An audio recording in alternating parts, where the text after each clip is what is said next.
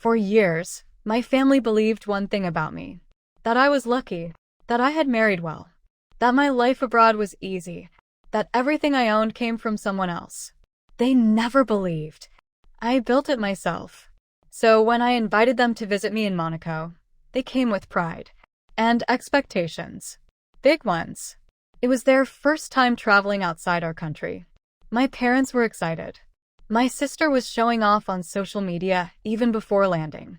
Going to my sister's luxury home, she posted. With heart emojis. With fake love. But none of them knew why I had really invited them. I stood at the window of my villa, watching the Mediterranean shine under the sun. Yachts moved slowly. Luxury cars passed quietly. Everything looked peaceful.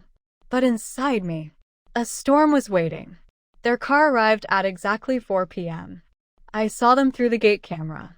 My father adjusting his coat. My mother fixing her scarf. My sister checking her makeup. They looked proud, like they were about to claim something. I took a deep breath and pressed the intercom. "Come in," I said.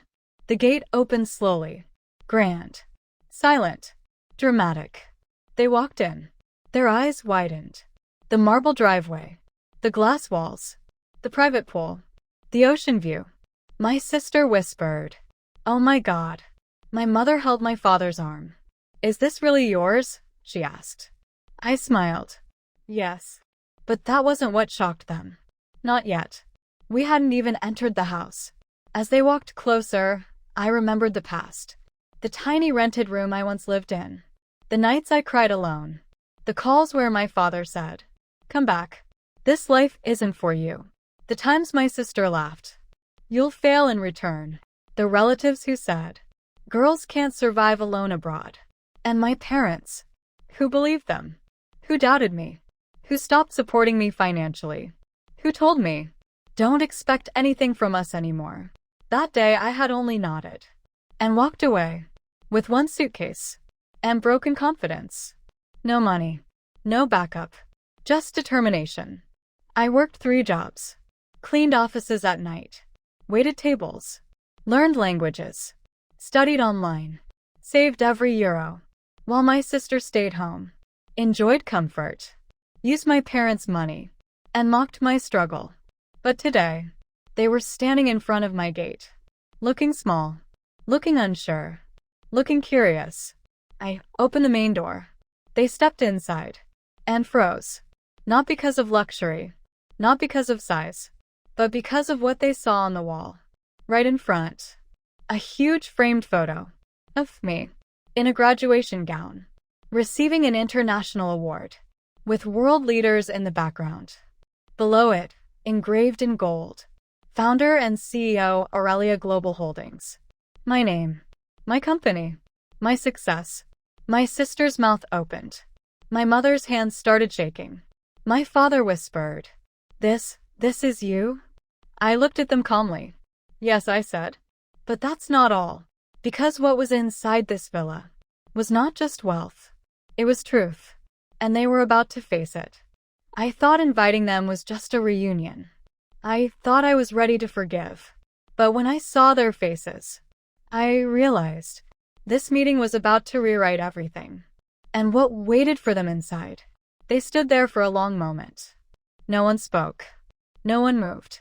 The sound of the sea outside filled the silence. My father finally cleared his throat. You never told us any of this," he said. His voice was shaky. I smiled lightly. "You never asked," I replied. I led them inside. Every step echoed on the marble floor. Every corner showed a piece of my journey. Awards in glass cases. Business magazines with my face on the cover. Certificates from top universities.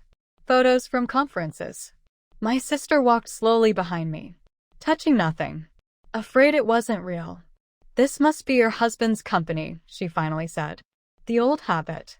Reducing me. Making my success belong to someone else. I stopped walking. Turned to her.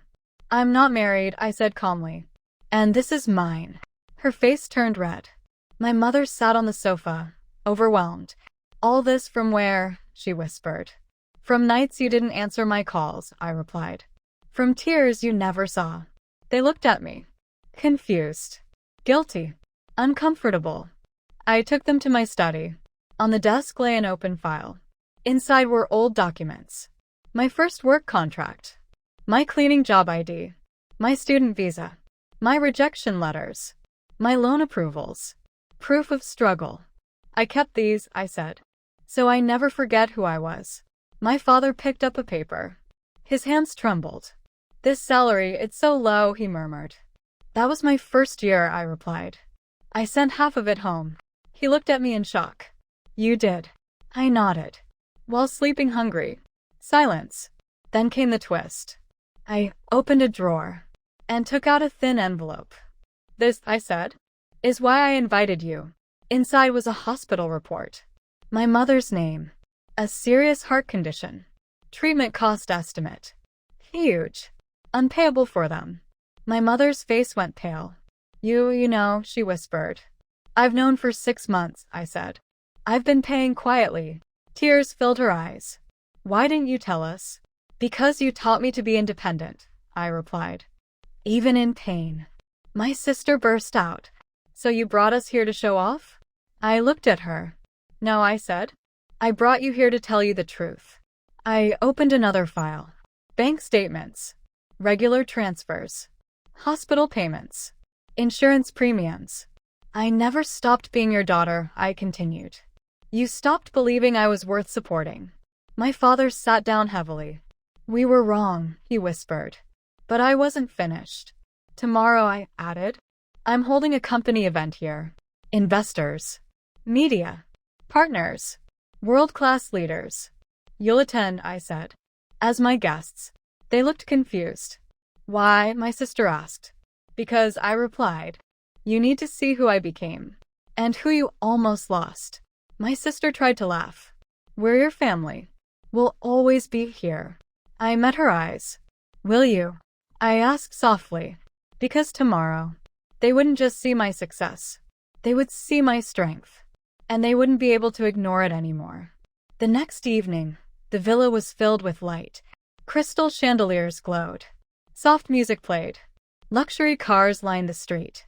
Guests arrived in elegant dresses and tailored suits. Business leaders. Investors. Media reporters. People who knew my name. Respected my work.